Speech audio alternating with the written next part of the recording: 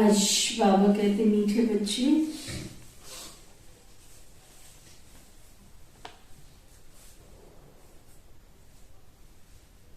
माया के विघ्न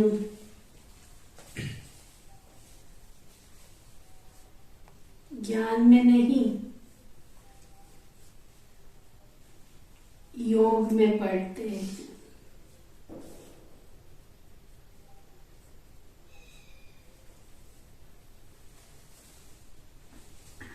योग के बिना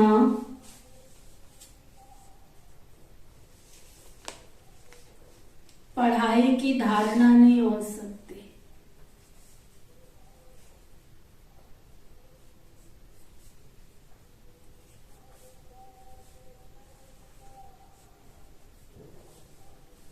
इसलिए जितना हो सके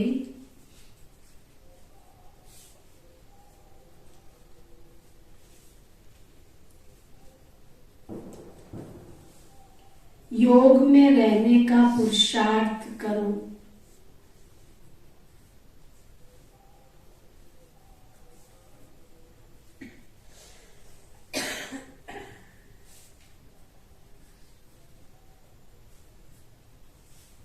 क्या कहा बाबा ने? माया के भी नहीं पड़ते हैं। ज्ञान में माया के कोई विघ्न नहीं पड़ते। योग में बैठते हैं तो क्या क्या विघ्न आते हैं? क्या क्या आते हैं? पहली बात तो नींद ही आती है? जैसे ही योग में बैठेंगे सारा दिन भले सो ना सो, योग में बैठे बस दे झुटके पे झुटका, ना सही? पहले तो नींद ही आती है, फिर दूसरा अगर नींद नहीं भी आई तो इतनी बातें याद आएंगी, इसकी उसकी अगली पिछली, जो कभी सोची भी नहीं थी। जैसे ही मन शांत होता है तो दर्पण की तरह सारा सब कुछ देखने लगता है, इधर का उधर का उधर का उधर का।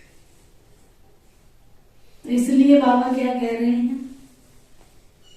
अभ्यास किस चीज का करना है? योग का। जब तक इसको आत्मा को बैठना नहीं सिखाएंगे ना,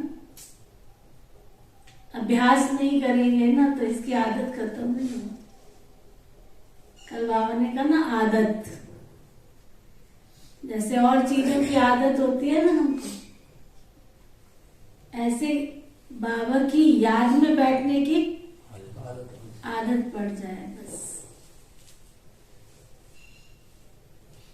अंधेरे और प्रकाश में कितनी देर की दूरी है? अंधेरे में और प्रकाश में कितनी देर की दूरी है? सेकंड से भी कम। या तो उजाला या तो अंधेरा, है ना? तो ऐसे ही हमारे को बाबा की याद में बैठे और उजाला आ गया, प्रकाश आ गया, और इधर उधर की बातें आई तो क्या होगा? अंधेरा। तो अब हमें आदत क्या करना है? प्रकाश में रहने की आदत डालनी है। क्योंकि जितने भी चोर, लुटेरे, डाकू अटैक करते हैं ना, वो किस पर करते हैं? अंधेरे में। तो जितना हम उजाले में रहेंगे, यानी बाबा की याद में रहेंगे, तो पहले तो सबसे बड़े डाकू जो आसपास घूमते हैं, कौन से डाकू? काम, क्रोध, लोभ, मोह, अहंकार, ईर्ष्या, द्वेष, नफरत, ये भी डाकू है। पूरा दल है इनका। ये हमारे आगे पीछे घूमते रहते हैं। और बाबा की याद में बैठेंगे तो, याद में रहने का आदत होगी तो ये सब दूर रहेंगे, ये आएंगे ही नहीं पास, बिल्कुल नहीं आएंगे। देखना, जैसे बाबा की याद से हम दूर होते वैसे ही आ जाते हैं। क्योंकि या तो अंधेरा रहेगा या तो प्रकाश रहेगा। जैसे उनको लगता है अंधेरा हो गया, वैसे आ जाते हैं अटैक मारने के लिए। तो जहां बाबा की याद होगी वहां पर सब भाग जाएंगे। हाँ, सेम चीज मेरे साथ भी हुई है। जब तक मैं आती रही तो शांत थी, मैंने यहाँ पे आने बंद किया तो वही फिर गुस्सा, वो फिर दुख आएगा, पक्का डेफिनेट आएगा। तब मन शांत हो गया था मेरा थोड़ा। तो जब मैंने छोड़ा ना, उसके बाद फिर वही चीज हो गई। बाबा की याद, ये हॉस्पिटल बाबा कहता है, ये रूहानी हॉस्पिटल है। हम समझते नहीं है ना, ये रूहानी हॉस्पिटल है। इसमें आत्मा के अनेक जन्म जन्मांतर की जो बीमारियां लग गई है ना, क्रोध की, अशांति की, अनिद्रा की, शोक की, ये सब बीमारियों का इलाज चल रहा है बाबा के इस रूहानी हॉस्पिटल में। तो जब आप हॉस्पिटल में आना बंद कर दोगे, डॉक्टर की दवाई लेना बंद कर दोगे, तो बीमारी क्या करेगी? वो तो आएगी। इसलिए हॉस्पिटल समझ के ही आ जाओ, नहीं आए तो समझ के आते हो तो कि मैंने अपनी आत्मा का इलाज तो करना है ना। और आप देखना, आत्मा का इलाज करते करते शरीर की बीमारियां भी भाग जाएंगी। क्योंकि 99% जो बीमारियां हैं वो मन से पैदा है। मानसिक बीमारियों के आधार पर तन की बीमारियां पैदा होती है। तो इसलिए इस पर अटेंशन दो, जितना दोगे आप देखना दूर होती चली जाएंगी। तो बाबा फिर पूछ रहे हैं, बाबा गिरे हुए बच्चों को किस विधि से ऊपर उठा लेते हैं? कौन सी विधि से बाबा गिरे हुए बच्चों को ऊपर उठा लेते हैं? गिरे हुए माना कई बाबा का घर छोड़ के चले जाते हैं, कईयों का धीरे धीरे उमंग गुस्सा ठंडा हो जाता है। तो बाबा ऐसे बच्चों को भी फिर से उठा लेते हैं। बाबा उन बच्चों की क्लास में बहुत महिमा करता, आप तो बहुत अच्छे हो। हाँ, कलयुगी दुनिया में से बाबा के हीरे चुन चुन कर बाबा लाए, आप तो हीरे हो। बहुत पुचकार करता है, प्यार देता है और हिम्मत भी दिलाता है बाबा। बच्चे तुम तो बहुत अच्छे हो अमरजीत भाई। आज ठंडे ठंडे लग रहे, तबीयत ठीक नहीं? ठीक है। आप तो बहुत अच्छे हो बाबा कहते। अरे अच्छे हो तभी तो बाबा के पास बैठे हो। अच्छे हो तभी तो बैठे हो। तुम तो ज्ञान गंगा बन सकते हो। तुम्हारे में क्वालिटी है, तुम ज्ञान गंगा बन सकते हो। तुम विश्व का मालिक बनने वाले हो, है ना? कितना नशा चढ़ाता है बाबा। क्या तुम तो विश्व का मालिक बनने वाले हो। मैं तो तुम्हें मुफ्त बादशाही देने आया हूं, थोड़े तुमसे कुछ ले रहा हूं। लिया बाबा ने आपसे कुछ? क्या लेता है? कुछ भी नहीं। अभी तो वो देने ही आया है, सब कुछ दे ही रहा है हमको।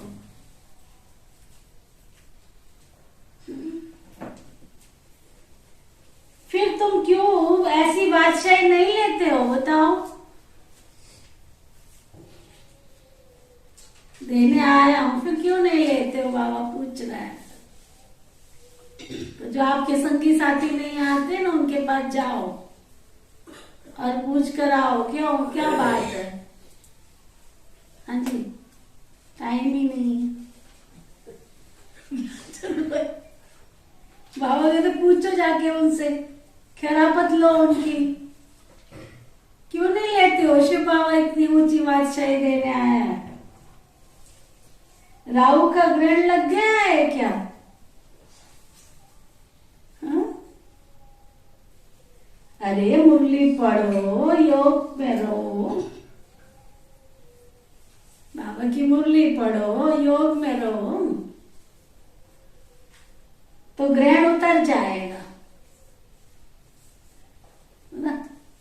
माया का ग्रहण उतर जाएगा। योग में रहो, बाबा की याद में रहो। ऐसे हिम्मत दिलाने से बच्चे फिर से याद और पढ़ाई में लग जाते हैं।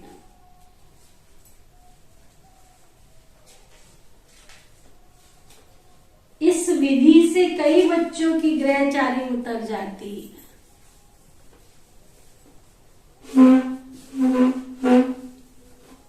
ना ऐसी विधि से चलो तो कईयों की बाबा कहते ग्रहचारी उतर जाती है। क्या समझ आया आरती आत्मा?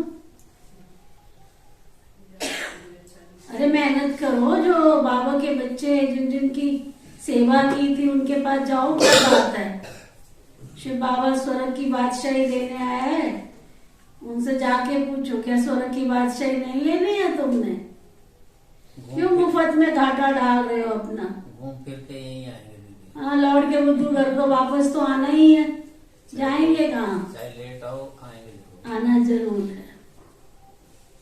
कल कोई मिलने आए थे हमारे पास, तो सुना रहे थे, 2-3 बार आए हैं वो पहले भी।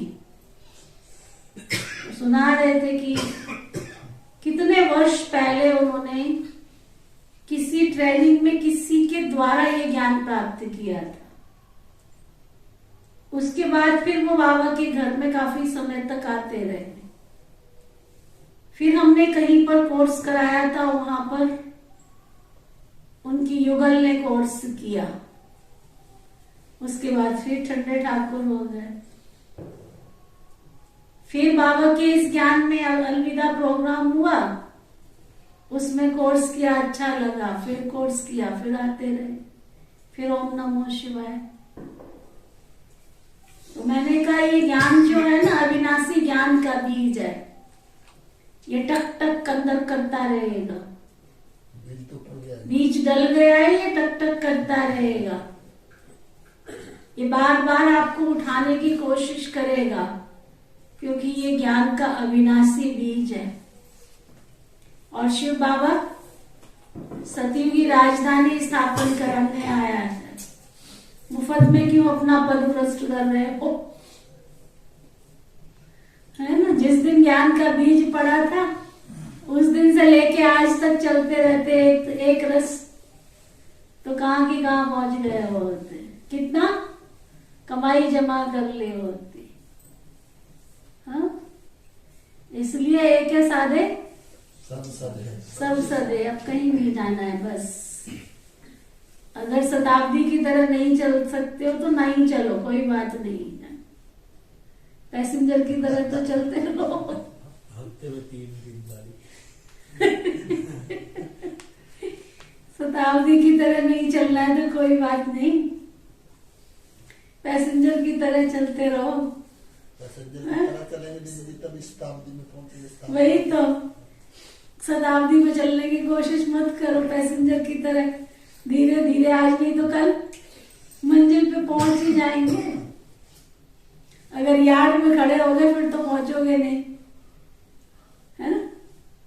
गाड़ी अगर यार्ड में चलेगी उसका तो कोई भरोसा नहीं है कि वो प्लेटफार्म पे कब आएगी। ट्रेन की पटरी पे आ गई है तो वो तो चलेगी, जरूर चलेगी। हो सकता है उसको रास्ता थोड़ा देर से मिले, परंतु चलेगी तो जरूर। आश है ना, विश्वास है ना, मंजिल पे तो पहुंचेगी। तो चलते रहो बस, छोड़ना नहीं है, बस एक टक होके जितना होता है ना उतना करते चलो, करते चलो। बस बाबा का घर नहीं छोड़ना, प्लेटफार्म से बाहर नहीं जाना। प्लेटफार्म से उतरे, पटरी से उतरे, फिर कोई संभाल नहीं सकता। इसलिए जीवन की गाड़ी को का नियम और संयम की पटरी पर रखे रहो तो मंजिल पे पहुंच जाएंगे। पक्का कर लो। पहले पहले जब हम आश्रम पर आए थे ना, तो हर आश्रम पर एक लिखा होता था बोर्ड पर, कदम कदम तू बढ़ाए जा, गीत खुशी के गाए जा, ऐसे लिखा होता था। आते थे तो देखते थे, पढ़ते थे तो उससे खुशी पैदा होती थी। कदम कदम बढ़ाए जा, गीत खुशी के गाए जा। बस कदम कदम, स्टेप बाय स्टेप। रुकना हमारा काम नहीं है, रुकना नहीं है, झुकना नहीं है, बढ़ते जाना है। गीत है, दूर देश का रहने वाला आया देश पर आए। हमारा बाबा, प्यारा बाबा इतने दूर देश से इस सृष्टि पर आया है। हम सबको क्या करने, पढ़ाने के लिए, हमें शिक्षा देने के लिए, हमें विश्व की नई राजधानी देने के लिए, बादशाही देने की। ऐसी ऐसी बातें करो अपने आप से। जब तक अपनी गौट, हाँ दुनिया में क्या कहते हैं, अपनी गौट तो चढ़े नशा। जब तक अपनी गौटोगे नहीं तो नशा नहीं चढ़ेगा। अपने आप का चिंतन करो कि सचमुच बाबा के हम बच्चे बने हैं, कौन से भाग्य थे हमारे, कौन से पुण्य थे हमारे जो हमें बाबा मिला। ऐसे बातें करो अपने आप से। ओम शांति। भगवान वाच, 2 ही अक्षर गीता के बताते हैं जो सुनते आते हैं। भगवान वाच क्यों कहते हैं और क्या कहते हैं? भगवान वाच, गीता में लाइन लाइन के बाद आता है भगवान वाच। कहीं पर भी नहीं आता श्री कृष्ण भगवान वाच। कितनी वंडरफुल बात है। कहीं एक लाइन में तो लिखते ना श्री कृष्ण भगवान वाच। इससे सिद्ध होता है कि गीता श्री कृष्ण ने नहीं बल्कि भगवान अर्थात श्री बाबा ने सुनाई। तो क्या सुनाते हैं बच्चे? मन बनाओ, तू मन मेरे को दे दे।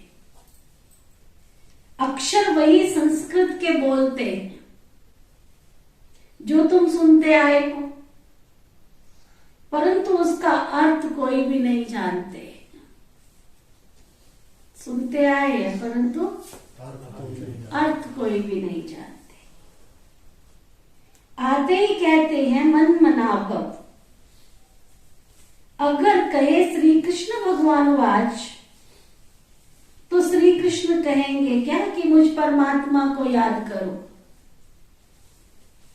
ये तो झूठ हो गया ना। यहां परम पिता परमात्मा शिव कहते हैं हे शालिग्रामों कि मन मनावो मुझ परमात्मा को याद करो। क्यों याद करो? देखो बाबा एक एक चीज का राज बताते हैं।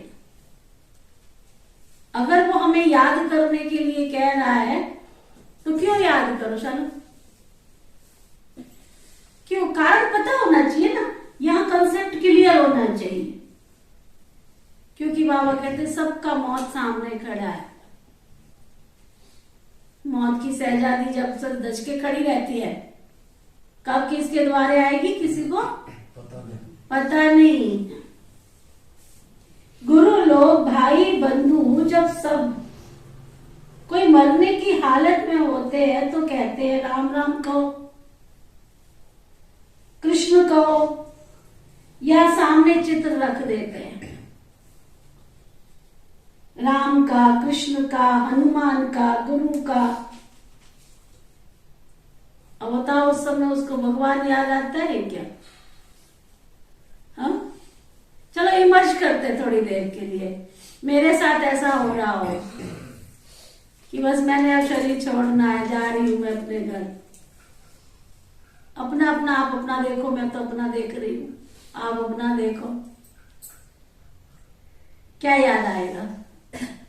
जो सबसे प्यारी चीज होगी वो याद आएगी। कोई कहता है मेरे नाती को बुला दो, कोई कहता है मेरे पोते को बुला दो। हाँ? और एक बात दीदी जी, और जब तक वो आता नहीं ना तब तक वो प्राण भी नहीं निकलते। कितने वंडरफुल कहानी है ना। तो प्यारे से प्यारी चीज को जहां बिठा लोगे तो इस संसार में अगर मैं आपको कहूं कि सबसे प्यारा कौन है, कहने को कहते हो बाबा, तो यह बिठाया है बुद्धि की डिबिया में बिठाया है शोभा रानी। देख ले, चेक कर ले, घर में बहुत सारी प्यारी चीजें आ जाती है। कभी पोता आ जाता है, कभी पोती आ जाती है, कभी दौलत आ जाती है। कोई भी आ जाए बाबा तो बैठे ही आएंगे। बोलते भाई हमारे बहुत अच्छे हैं, कोई भी आ जाए बाबा तो बैठे हैं। बाबा तो लेकिन बाबा को बिठाना पड़ता है, अभ्यास करना पड़ता है बार बार। इस संसार में अगर प्यारे से प्यारी चीज है तो बाबा बाबा के सिवाय और और कोई नहीं है। मेरा तो एक शिव बाबा और दूसरा ना कोई। अच्छे अच्छे बाबा के गीत है ना, बैठ के लिखो, डायरी में लिखो। नहीं गाना आता तो क्या होगा, गुनगुनाना सीखो, है ना। जितना बाबा को बुद्धि में बिठाएंगे, जितना बाबा से प्यार करेंगे ना, अब देखना उतना दुनिया में रहते हुए भी महसूस होगा कि जैसे हम रह नहीं, दूसरी चीजों में बुद्धि नहीं जाएगी। ये बुद्धि ऐसी चीज है, इसको दुनिया की चीजों से हटाना इतना आसान नहीं है। अभ्यास, आसक्ति, अगर किसी भी चीज में आसक्ति है ना, खाने में, पीने में, पहनने में, जोड़ने में, इकट्ठा करने में आसक्ति है तो माया कहीं से भी आ सकती है। आसक्ति का मतलब ही माया है। तो बाबा कहते हैं यहां तो सारे मनुष्य मात्र का ही मौत है। सभी वानप्रस्थ अवस्था में, सारी सृष्टि वानप्रस्थ अवस्था में है। किस बात की जवानी तो किस बात का बुढ़ापा, किस बात का बचपन, न बचपन का भरोसा न जवानी का भरोसा, न बुढ़ापे का भरोसा। छोटे बड़े सबको वाणी से परे परम धाम, साइलेंस वर्ल्ड में जाना है, सबको घर वापस जाना है। उसको निराकारी दुनिया भी कहते हैं। वो है अहम आत्मा की दुनिया, तो ना वो घर है हमारा, वो अहम आत्मा की दुनिया। यहां जब आते हैं तो आत्मा साकारी बनती है। वहां चोला नहीं है, यहाँ चोला धारण करके पार्ट बजाती है। यहाँ शरीर धारण करती है, फिर अपना पार्ट बजाती है। अब बाबा कहते हैं तुम बच्चों को मैं वापस ले चलने के लिए आया हूं। मैं आया हूं तो खाली तो नहीं आया हूं ना, मैं आया हूं वापस ले चलने के लिए। अब तुम चलो ना चलो, है ना, कहीं जाना होता है तो आप अपने बच्चों को अल्टीमेटम देते हो, सलाह देते हो, वही फलानी जगह इतने बजे जाना है, इतने बजे जाना है। और जाने से पहले जब आप तैयार हो रहे होते हो, फिर कहते हो बच्चों को क्या, ये तैयार हो जाओ, उठो, जाना है ना। फिर तैयार हो जाते हो, तो अभी तक तैयार नहीं हो, भाई कमाल है, तैयार हो। फिर नहीं होता है, फिर क्या करते हो, एक लगाते हो ना। और डांट के भी नहीं समझ रहा ना, फिर क्या करते हो, नहीं जाना तो रहने दो।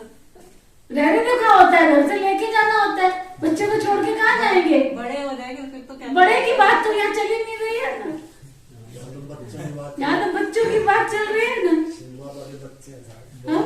बड़े तो चले, छोटे नहीं चल पाते।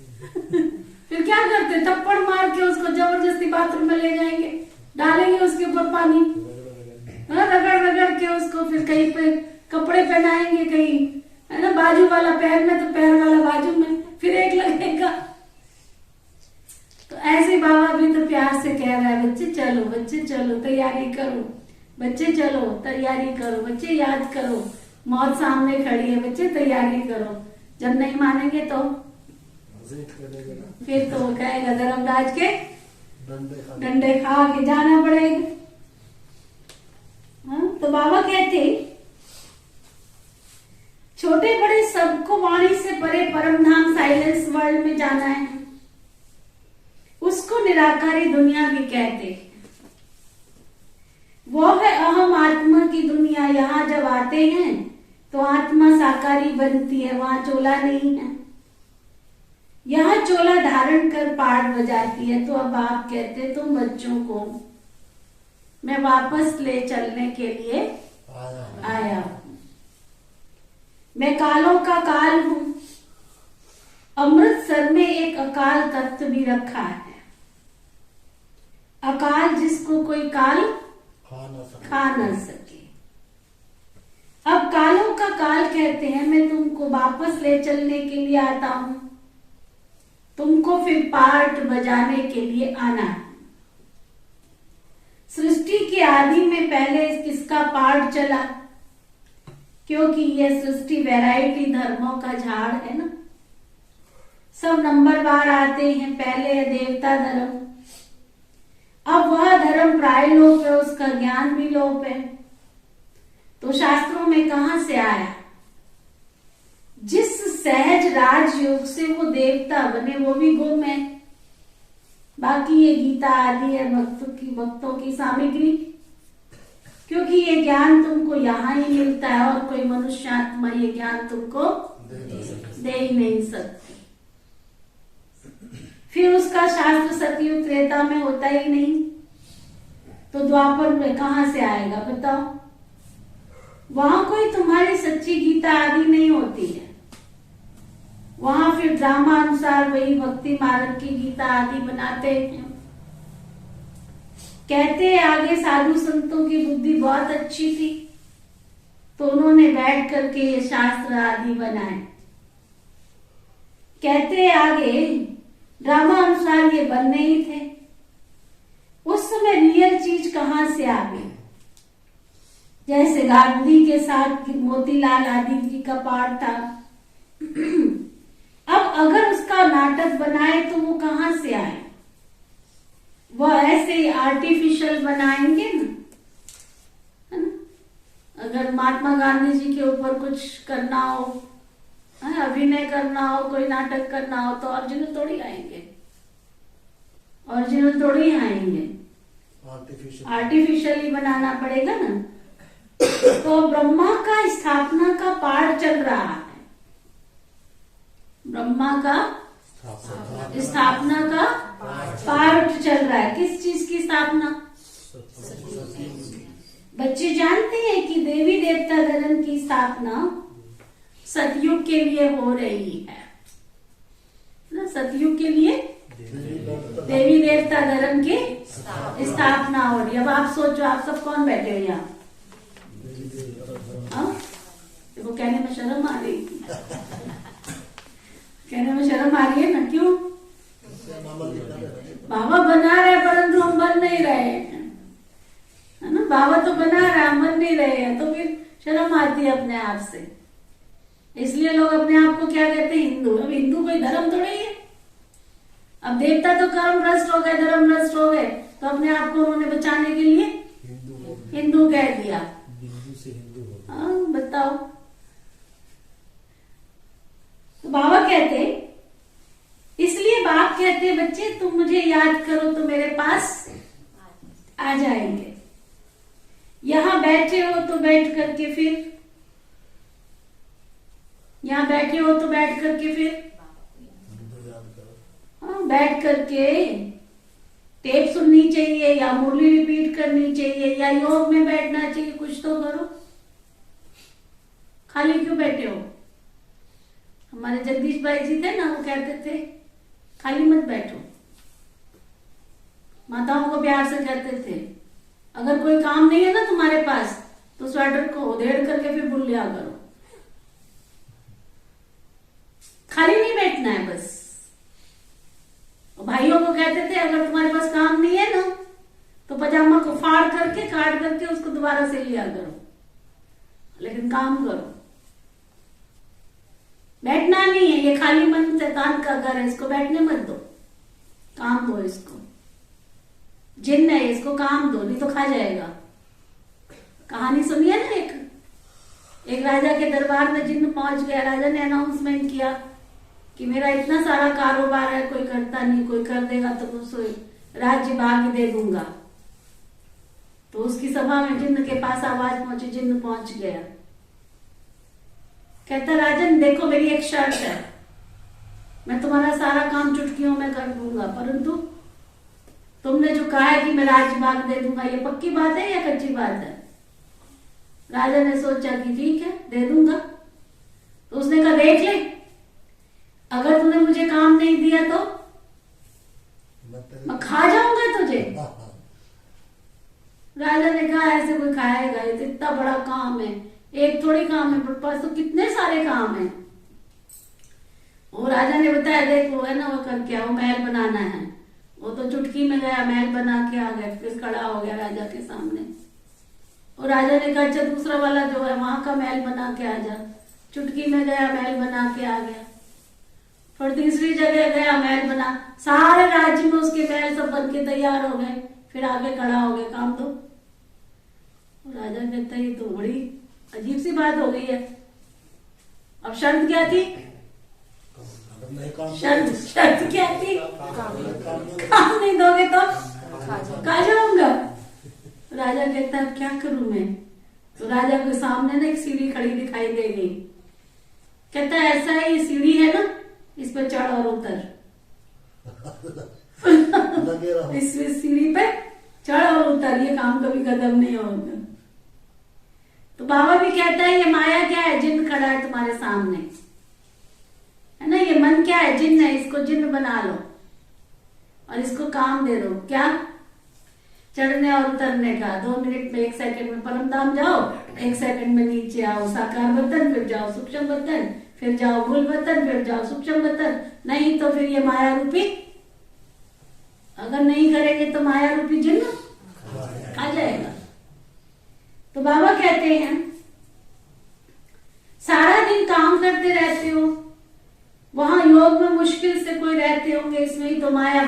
निमंत्रण डालती। अच्छा ये बताओ, यहाँ से जाने के बाद बाबा को याद कौन कौन करते हैं घर में बैठ करके? चलते फिरते नहीं, टाइम निकाल कर बैठ करके। हाँ जी, कितने बजे से कितने बजे तक 3-4 बार मुझे कर लेते हैं। पढ़ लेते? बहुत अच्छी बात है। तो एक ने हाथ उठाया, दूसरे बलदेव भाई ने हाथ उठाया। कितनी देर? दीदी वैसे तो बाबा जी सारे दिन ही दे और सारे दिन ही में रहता हूँ बाबा की याद में, फिर तो 108 में हम ही आएंगे। हाँ जी, अच्छा, और जब भी कहीं जाते हैं जैसे चलते हुए बाहर भी निकलते हैं तो बाबा जी अच्छा। को या साथ लेके चलते हैं। हमें तो पहले दिन से यही सिखाया है, कहीं भी जाना है तो बाबा जी को साथ लेके जाना है। सुना, कहीं भी निकलते हो, घर से बाहर निकलते हो तो चलो बाबा मेरे साथ चलो। आप बाबा के पास नहीं, बाबा के कंधे पे बैठ जाओ, है ना। वो छोटी सी एक कहानी सुनाते हैं।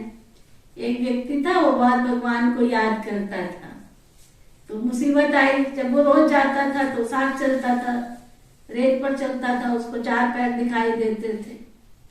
एक दिन उसको बहुत मुसीबत आई, तो जब जा रहा था रास्ते में उसने देखा कि ये क्या हुआ, ये तो 2 ही पैर रह गए हैं, आज मेरा साथी मुझे छोड़कर चला गया। भगवान भी क्या चीज है बताओ। रोज मैं उसे याद करता था तो रोज मेरे साथ चलता था, है ना। 4 पैर के निशान दिखाई देते थे, और आज मैं मुसीबत में हूं तो भगवान मुझे छोड़ करके चला गया। वो बैठ गया एकांत में जा करके और भगवान को कहने लगा, भगवान ये बात तो अच्छी नहीं है, रोज तो तुम मेरे साथ चलते थे, आज मुझे मेरे पर मुसीबत आई तो तुम मुझे छोड़कर चले गए हैं। तो भगवान जी उसके सामने प्रकट हुए और बोला कि तुमने ध्यान से देखे वो पैर के निशान किसके थे? हाँ? वो तेरे पैर के निशान नहीं थे, वो मेरे पैर के निशान थे। मैंने तुझे कंधे पर बिठा लिया था, तो सोच तेरी अपनी ऐसी है ना। तो तुम चलते ही क्यों हो? जरूरत क्या पड़ी है तुम्हें चलने की, जब भगवान कंधे पर बिठा के ले चलने के लिए आया है, मेरे सारे काज संवारने के लिए आया है, तो मुझे क्या जरूरत पड़ी है? यूज करो ना ईश्वर को। चल बाबा करो ये काम, देखो कैसे चुटकियों में करेगा। तुम बुलाओ तो सही उसको प्यार से, ठीक है। तो कौन कौन बैठते, बैठ करके चलते फिरते याद करते, वो तो अलग बात है। लेकिन जैसे नुमा शाम का टाइम है 6:30 से 7:30, है ना, घर में या रात को आधा घंटा जरूर बैठ करके बाबा को याद करना। बैठ 1 घड़ी 2 घड़ी ईश्वर को तू ध्याया कर, है ना। जब तक एकांत में बैठ करके अभ्यास नहीं करेंगे ना, मन नहीं टिकेगा। देखो योग की क्लास में आप योग नहीं कर पाते, 5:30 बजे कहाँ आते, है ना। यहाँ पर नहीं बैठ पाते हो, टाइम पीरियड है सबका। चलो कोई बात नहीं है, जैसे जिसका जितना टाइम है अच्छी बात है। लेकिन घर में जा करके जरूर 24 घंटे में से एकांत में किसी से बात नहीं करनी है। मन को बिठाने की आदत जब तक नहीं डालेंगे ना, तब तक मन टिकेगा नहीं, ये याद रखना। कहीं छत पर चले जाओ, कहीं एकांत में चले जाओ, कोई एकांत का स्थान नहीं मिलता है, ड्राइंग रूम में बैठो, पब्लिक से, बच्चों से, सबसे दूर 1 घंटे आधा घंटा जरूर अपने आप को अलग बिठाने की आदत डालो। चाहे गीत सुन लो, चाहे मुरली सुन लो, और आजकल तो आपके पास मुरली जा रही है ना। घर पे जाके कौन कौन सुनते हैं मुरली? यूट्यूब पे सारी में मुरली डालती, कौन कौन सुनते हैं? आप तो अच्छा 2-3 जने सुनते हैं, है ना। एक टाइम फिक्स कर लो। आगे भी भेज देते है? हैं, आगे भी भेज देते हैं। हाँ आगे भी भेजो, अच्छी बात है। एकांत में बैठ करके एक टाइम फिक्स कर लो कि इस टाइम पे मैंने, ऐसे नहीं कि आज इस पे आज 10 बजे तो कल 11 बजे, नहीं। एक टाइम फिक्स कर लो, आपकी 2 बार क्लास हो जाएगी। इतनी मेहनत करते हैं, पूरा 1 घंटा लगता है मुझे उसको सारा री करने में।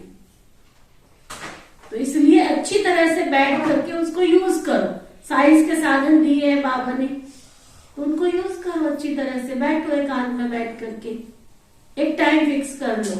ऐसे समझो जैसे 2 टाइम, पहले तो भाई बहन 2 टाइम क्लास करते थे, आश्रम पर आते थे। अब आप आश्रम पर नहीं आ सकते, कोई हर्जा नहीं, लेकिन घर में अपना टाइम फिक्स कर लो। 1 घंटा जरूर अपने आप से बातें करने के लिए निकालो कि हम बैठेंगे और सुनो। तो ऐसे एनवायरनमेंट महसूस होगा जैसे हम बाबा के घर में ही पहुंचे हुए हैं। ठीक है।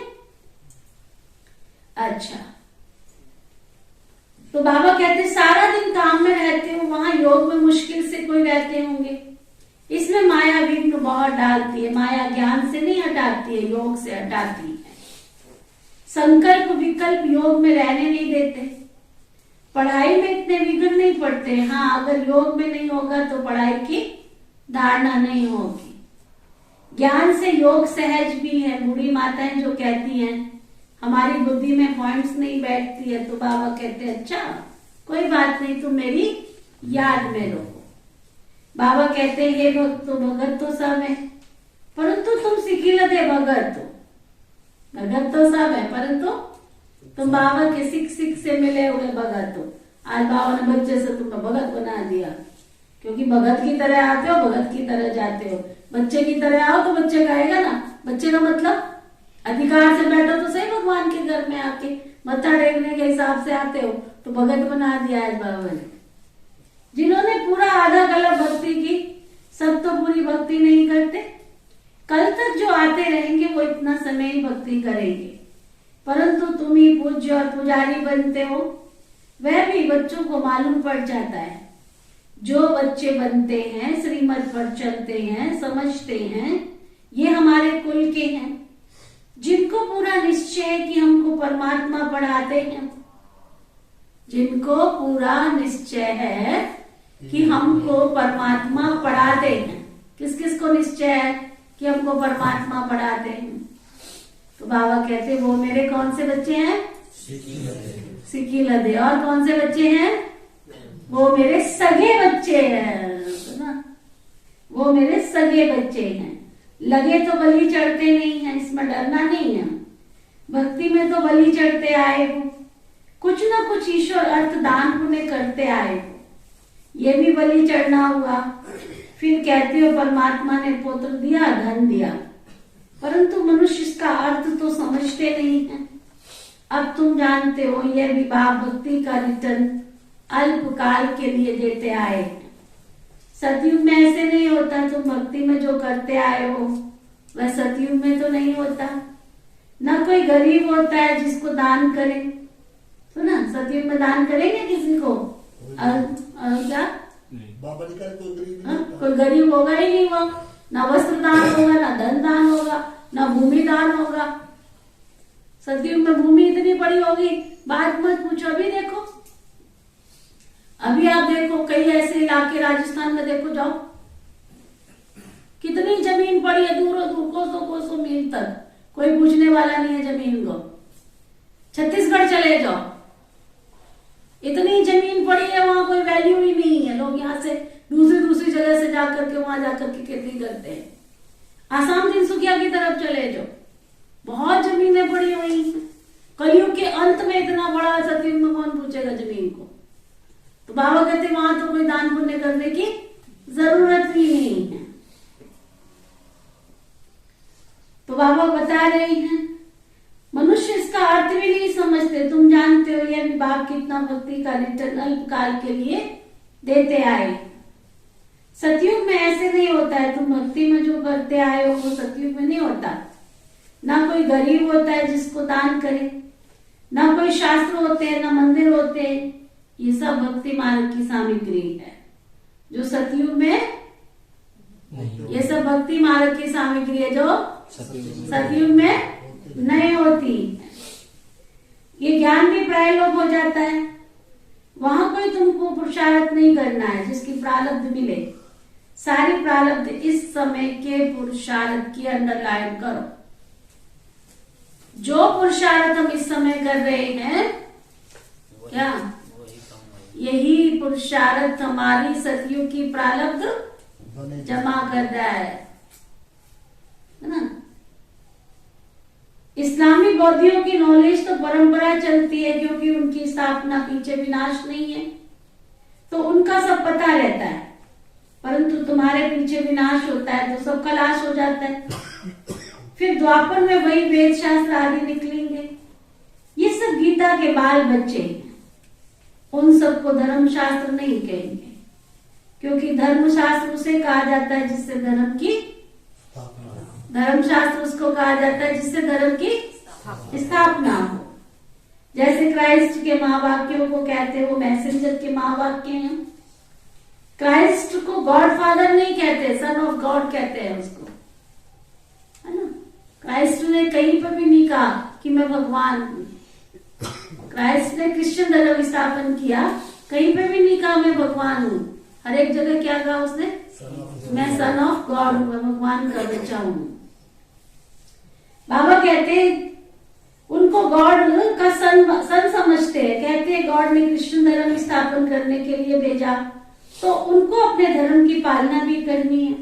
सतो रजो तमो में आना ही है, ये ज्ञान उनको नहीं है ना कि वापस जा ही नहीं सकते। अच्छा, बाबा समझाते हैं कि उन्होंने गीता भरी बनाई है, यादगार भी है, देवता धर्म का शास्त्र है, परंतु उनको भी झूठा बना दिया है। सच तो आटे में नमक के मिसल है, क्योंकि पीछे बैठकर बनाए हैं। सतयुग त्रेता में किसको ज्ञान ही नहीं है, वो तो थोड़े ही समझते हैं सतयुग के इतने सोने हीरे जवाहरात के महल कहाँ गए। ये भारत सोने की चिड़िया कहलाता था, ये बात तो सभी मानते हो कि नहीं। जो कहते हैं हम नहीं मानते वो हाथ उठाओ, जो कहते हैं मानते वो हाथ उठाओ। भारत सतयुग की चिड़िया था तो सोना कहाँ गया, इंग्लैंड चले गए।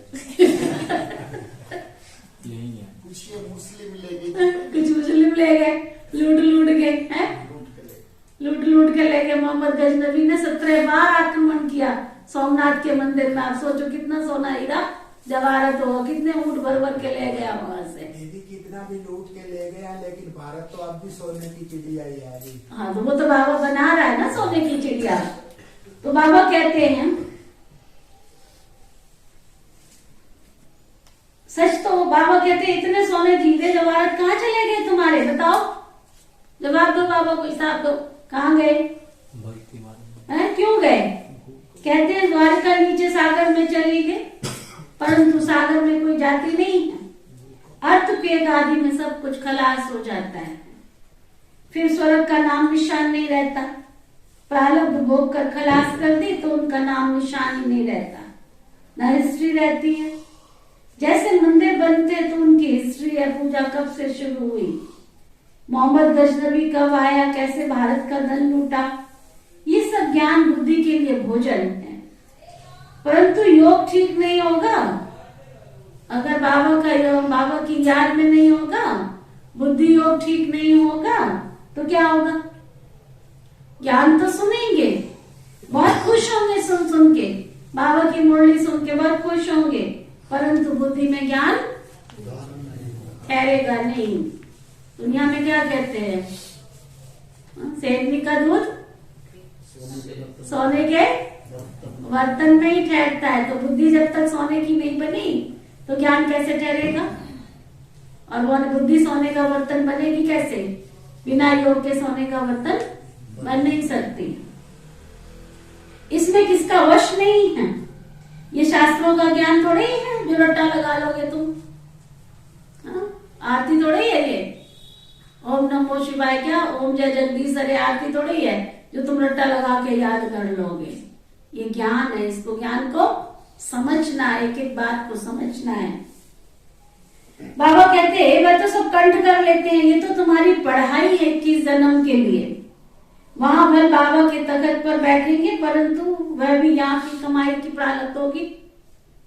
सतयुग में जाएंगे, वहां पर तख्त पर बैठेंगे। किसके तख्त पर, लक्ष्मी नारायण की गद्दी पर उसका बेटा ही बैठेगा ना, तो बेटा क्या करेगा, वहां कमाई करेगा।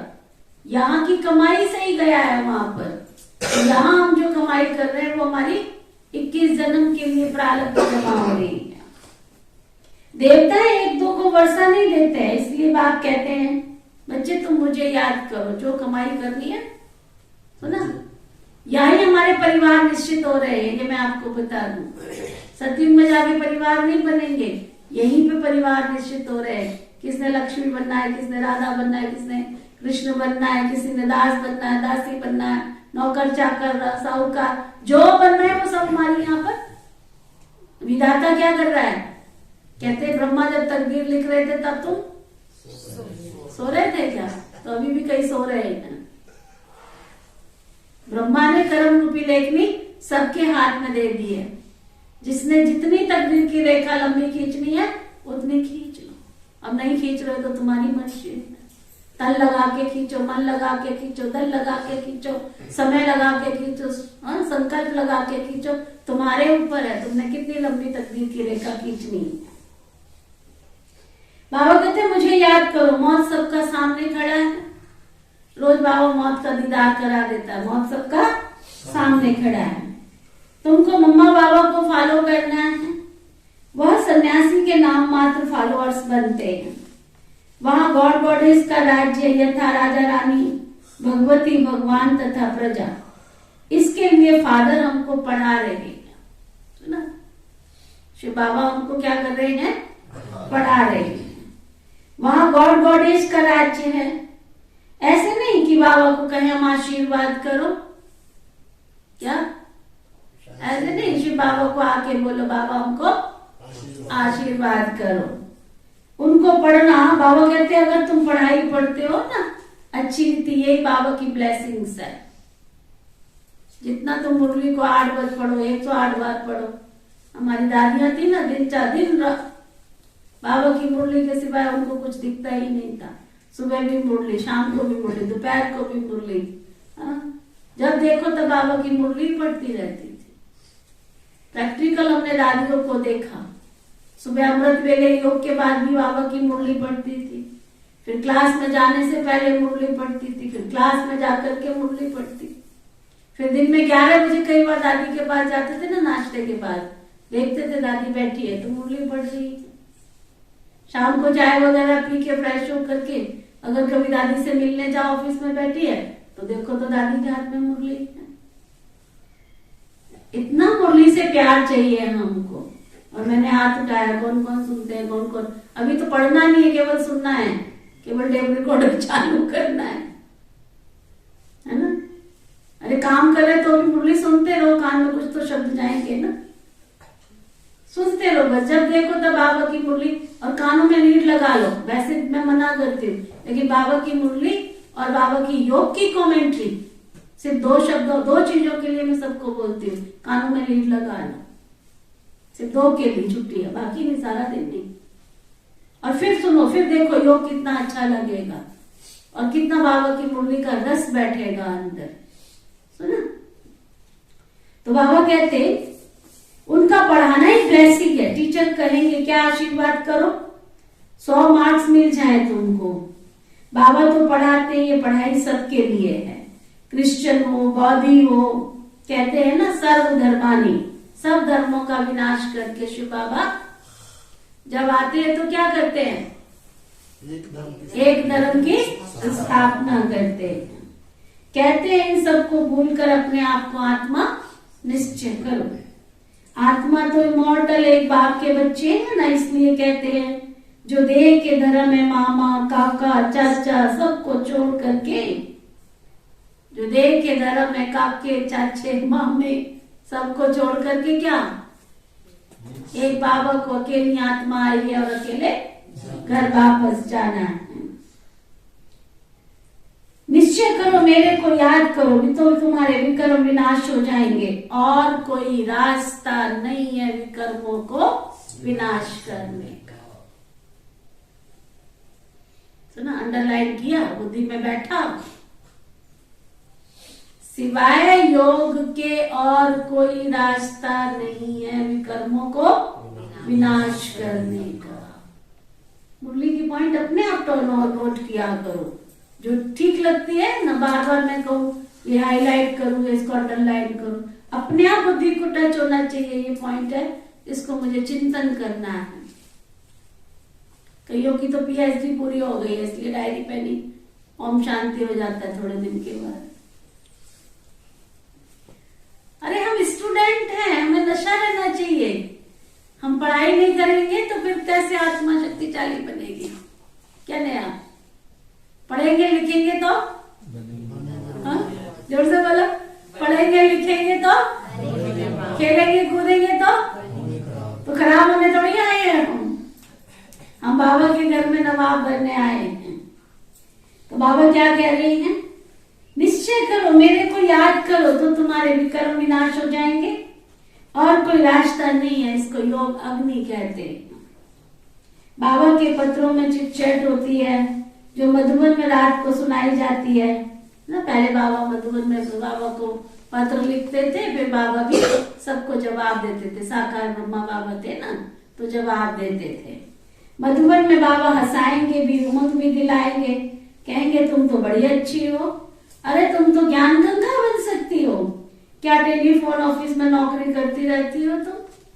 कोई होगी टेलीफोन वाली जिसने बाबा को पत्र लिखा होगा। तो बाबा कहते क्या नौकरी के टोकरियों को उठा के रखी है? तुम तो विश्व की महारानी बनने वाली हो। गिरने वाले को भी बाबा उठाएंगे। बाबा कहते मैं जानता हूँ कि बहुतों को राहु का ग्रहण लगता रहता है, आते भी रहते हैं और फिर साथ साथ ग्रहण भी लगता रहता है। समाचार आते हैं, बाबा उनको उठाते हैं। फिर समाचार आते हैं बाबा के पास, कहीं तो बस गिरने के समय कुछ है ही, नौकरी के टोकरी उठाते रहते हैं। सवेरे जाएंगे, घर का काम धाम करके 9 बजे जाएंगे और देखो 9 बजे से लेकर के 3 बजे तक कई नौकरी करते, कई 5 बजे तक भी करते हैं। मैंने उनको पूछा कितना कमा के आती हो? 2500 3000 बस। मैंने कहा इससे तो दिहाड़ी करने वाला मजदूर अच्छा है ना। कितनी दिहाड़ी आजकल के भैया? 450 रुपए है 450 500 मजदूर की दिहाड़ी। देखो कहां से कहां पहुंचा है। तो 5 का हिसाब लगाओ, महीने का कितना हो गया? और तुम 2500 के पीछे सारा दिन खराब करके आ जाती हो। लेकिन कौन समझाए, कौन समझाए? अरे इससे तो तुम बाबा के घर की सेवा करो, किसी गांव में जाके प्रदर्शनी करो, किसी आत्मा का कल्याण करो, तो 21 जन्म की तुम्हारी कमाई जमा हो जाएगी। समाचार आते रहते हैं, बाबा उनको उठाते, मुफ्त बादशाही देने आया हूं, तुम्हारे को क्या हुआ है? ये राहु का ग्रहण लग गया है। बाबा कहते हैं योग में रहो, बाबा की मुरली पढ़ो। ऐसे पत्र बाबा को लिखने पड़ते हैं। बहुत प्रकार के पत्र आते हैं, कोई के साथ दिल लग जाती है, फिर आपस में प्लान बनाते रहते हैं। अच्छा हम तो आपस में गंधर्व विवाह करेंगे। अरे मैं तुमको बंधनों से बचाने आया हूं और तुम बंधन में बच जाते हो। बाबा कहे तुम्हें कैसे बचा सकते हो बताओ? पहले तुम माया से बचे हो क्या? बाबा से राय ली है क्या? श्रीमत ली नहीं और आपस में सगाई की बातें करते रहते हो। कोई होंगे बाबा के सामने ऐसे कुमार कुमारी, बाबा को सबसे बातें करने आया है। बाबा कहते तो मुर्दे, फिर बाबा उसको कहते हैं मुर्दे, माया घसीट कर ले जाएगी तुमको पुरानी दुनिया में। फिर कहते हैं शादी का लड्डू खाओ तो बचताओ, नहीं खाओ तो क्या खाने की जरूरत है क्या? शादी बर्बादी कलयुग की कोई शादियां है क्या? बाबा कहते हैं बाप समझ जाते हैं, सूक्ष्म में कईयों के दिल लग जाती है। बाबा समझ जाते बस गया ये तो रसातल में गया, बस रसातल में ही चले जाते हैं। सगाई तो माता पिता करते हैं, तुम उठे आपस में सगाई करके बैठ चुपचाप, तुमको पता ही नहीं। कई ऐसे विघ्न आते रहते हैं, ये तो गुड़ जाने और गुड़ की गोथरी जाने। बाबा तो सभी बच्चों को जानते हैं, कोई भी पूछ सकते हैं, कोई भी बाबा से पूछ सकते हैं। बाबा तो सब बच्चों को अच्छी रीति जानते हैं। क्या पूछ सकते हैं आती आत्मा? हाँ सुखविंदर, क्या जानते हैं बाबा? पूछ सकते हैं तुम बाबा से। पूछना है किसी ने कुछ पूछना है? नहीं, क्या बनने वाले हैं? अच्छा क्या बनने वाले हैं? बाबा से कोई भी पूछ सकते हैं। पूछना है कुछ बाबा से? बाबा से कोई भी पूछ सकते हैं मैं माते लाऊं या सौते लाऊं? बाबा कहते हैं कोई भी पूछ सकते हैं बाबा मैं माते लाऊं या सौते लाऊं? बाबा कहते हैं अब शरीर छूट जाए तो क्या पद मिलेंगे?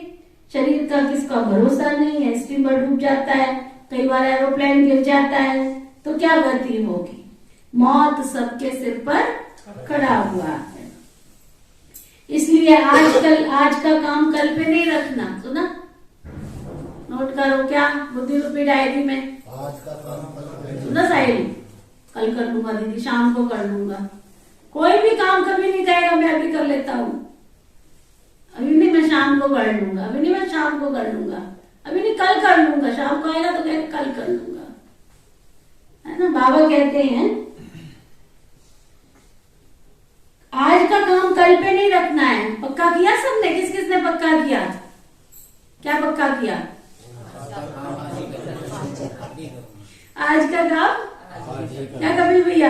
कल पे नहीं छोड़ना है। आज का काम कल पे नहीं छोड़ना, पक्का किया है? पक्का?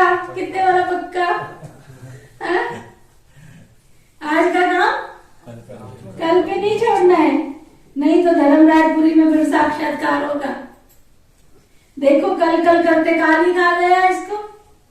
श्रीमत पर नहीं चले तो राज्य पद गवा दिया। थोड़ा भी सुनने वाला होगा तो स्वर्ग में आ जाएगा।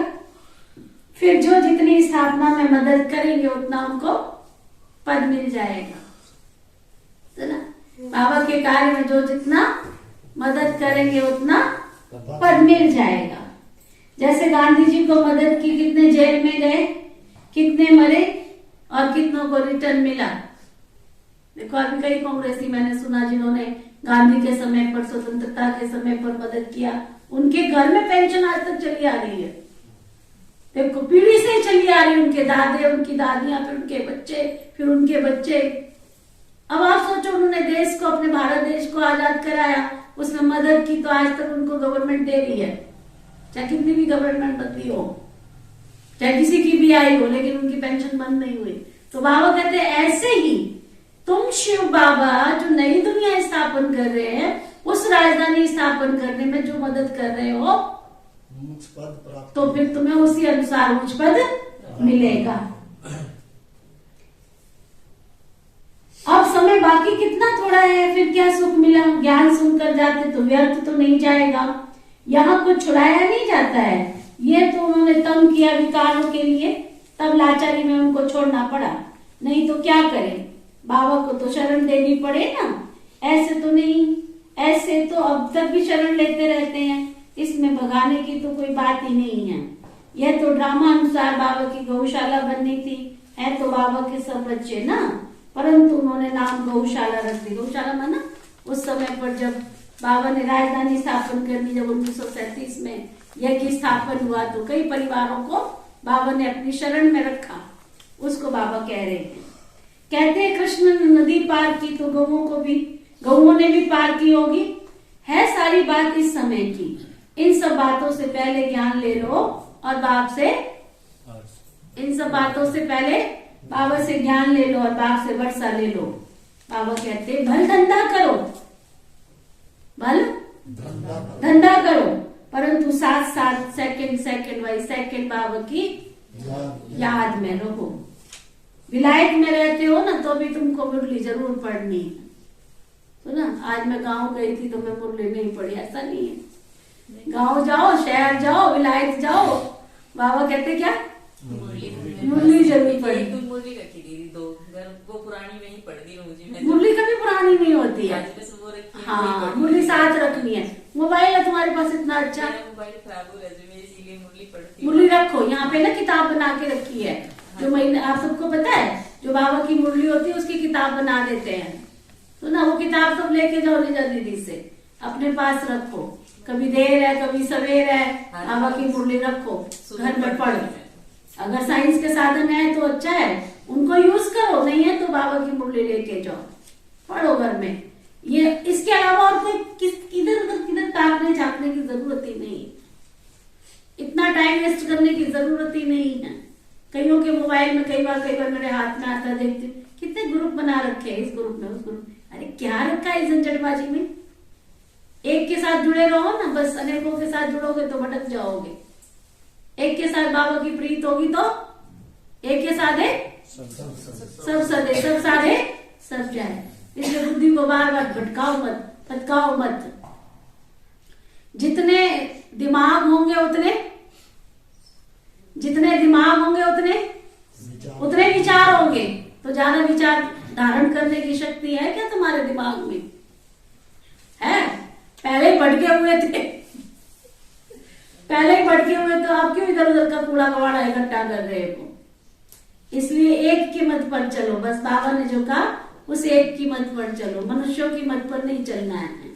ठीक है? अच्छा, चाहे विलायत में रहो परंतु मुरली तो जरूर पढ़नी है। जिनका बाहर का कारोबार है, भले बेशक कारोबार तो करना है ना, लेकिन बाबा की मुरली, हमारा आत्मा रूपी भोजन जो है वो हमारे साथ होना चाहिए। नियम बनाओ, कुछ ना कुछ नियम। जब तक हम अमृत वेला नहीं करेंगे, बाबा की मुरली नहीं पढ़ेंगे, ऐसे नियम बनाओ कि हम भोजन भी नहीं करेंगे। खुद से खुद के नियम बनाओ। जब शरीर को भोजन तब मिलेगा, शरीर को चाय पानी तब मिलेगा जब मुरली पड़ेगी, इससे पहले नहीं मिलेगा। अब लोग क्या कर रहे हैं, पेट में खाऊं खाऊं बिलाऊं हो रही होती है, तो एक ऊपर से अच्छा मीठे बच्चे, फिर कहते हैं अच्छा स्लोगन, हो गई मुरली, नियम पक्का हो गया है। ये हमने संकल्प लिया था कि हमें मुरली पढ़ के ही भोजन करना है। तो हमने एक भाई को पूछा कि अच्छा तुम्हारा नियम ठीक चल रहा है? कहते हैं हाँ। क्या? अच्छा आज बाबा की मुरली में क्या पढ़ के आए थे? कहते बस वो पढ़ा था मीठे बच्चे। तो मैंने कहा फिर बाबा ने मीठे बच्चे में क्या कहा था? वो याद कोई नहीं है। तो ऐसे फॉर्मेलिटी वाला नहीं, फॉर्मेलिटी वाला नहीं, प्यार से दिल से टाइम बना लो। कई बार हो जाता है नहीं बाबा के घर में पहुंच पाते हैं। पहली बात तो 24 घंटे में एक बार संकल्प करो, नियम पक्का करो, मैंने अपने बाबा से मिलने के लिए जाना है, कुछ भी हो जाए मैंने जाना है। फिर भी 100 कारण बन गए, कोई नहीं पहुंच पाए बाबा के घर में, तो अपने घर में एक स्थान बनाओ, वहां बैठकर बाबा की मुरली जरूर सुननी है, पढ़नी है। अगर साधन है तो साधन को यूज करो, नहीं तो निजा दीदी से मुरली लेकर के जाओ, रखो अपने घर में। खाना तब खाऊंगी मैं जब मैं बाबा की मुरली पढ़ूंगी। भले दुनिया को खिला दो, अपने घर को, परिवार को, सबको खिला दो, पिला दो, लेकिन मैं शरीर रूपी घर को भोजन तब दूंगी तब जब इस शरीर को चलाने वाली आत्मा को दूं। इतना पक्का करो, ठीक है? वह पक्का, जिसको पक्का हुआ वह अधूरा। पक्का करो, अपने नियम अपने आप पक्के करो। अच्छा, मीठे मीठे सिक्के लगे बच्चों प्रति माता पिता बाप दादा का याद प्यार और गुड मॉर्निंग। रूहानी बाप की रूहानी बच्चों को नमस्ते। हम सब रूहानी बच्चों की दिल व जान सिख व प्रेम से नमस्ते नमस्ते नमस्ते जी। धारणा के लिए मुख्य सार आज का होमवर्क, देह के संबंधों को भूल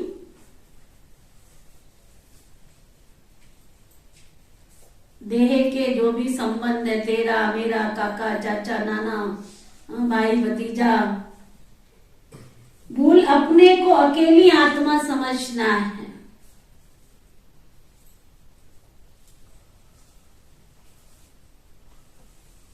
बाबा के ऊपर पूरा पूरा बलि चढ़ना है।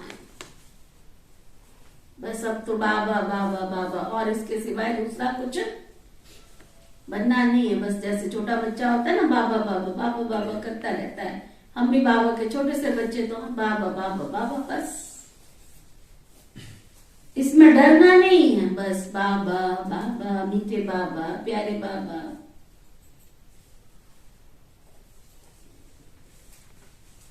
धर्मराज की सजाओं से बचने के लिए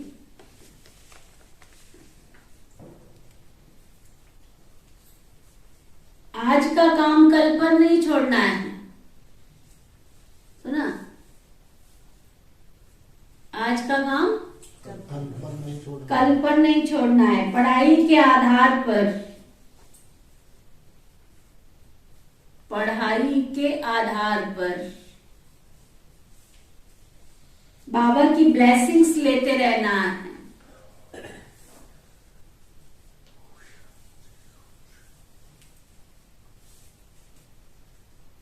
वरदान, सदगुरु प्यारे बाबा का वरदान, बुलाओ बाबा को, मन की आंखों से देखो, बाबा हजारों भुजाएं लेके मेरे सामने खड़े हैं। मन से दृढ़ प्रतिज्ञा कर मन मनाभव के मंत्र को यंत्र बनाने वाले सदा शक्तिशाली भव। मन से दृढ़ प्रतिज्ञा कर मन मनाभव के मंत्र को यंत्र बनाने वाले सदा शक्तिशाली भव। ना, सदा शक्तिशाली भव। मन से दृढ़, जो भी संकल्प करते बाबा, जो भी संकल्प दिलाते हैं, क्या करना है बलदेव भाई? मन से दृढ़ प्रतिज्ञा करनी है। मन से जो बच्चे सच्चे मन से प्रतिज्ञा करते हैं, अच्छा, मन से दृढ़ प्रतिज्ञा कर मन मनाभव के मंत्र को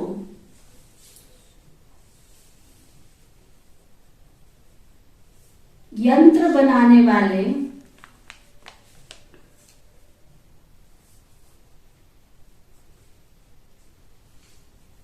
सदा शक्तिशाली भव।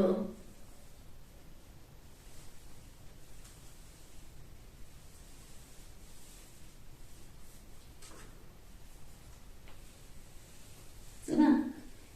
जो बच्चे सच्चे मन से प्रतिज्ञा करते हैं तो मन मनाभव हो जाता है, और ये मन मनाभव का मंत्र किसी भी परिस्थिति को, बड़ी गहरी बात बाबा बताने जा रहे हैं, किसी भी परिस्थिति को पार करने में यंत्र बन जाता है। लेकिन मन में आए कि मुझे ये करना ही है, यही संकल्प हो कि जो बाबा ने कहा वो हुआ ही पड़ा है, करना नहीं है, वो हुआ ही पड़ा है। इसलिए कोई भी प्रतिज्ञा मन से करो और दृढ़ संकल्प करो तो शक्तिशाली बन जाएंगे।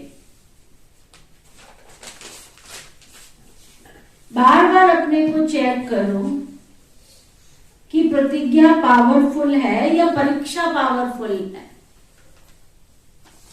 प्रतिज्ञा पावरफुल है या परीक्षा पावरफुल है? प्रतिज्ञा पावरफुल। प्राण जाए पर वचन न जाए। परीक्षा प्रतिज्ञा को कमजोर ना कर दे। स्लोगन, जो सोमान में रहने वाली श्रेष्ठ आत्मा है, जो सोमान में रहने वाली श्रेष्ठ आत्मा है, उन्हें अपमान की फीलिंग नहीं आ सकती।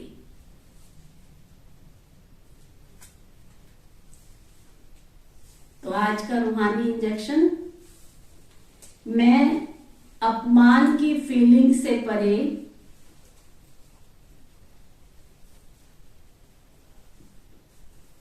रूहानी सोमान में रहने वाली आत्मा हूं। ओम शांति शांति शांति।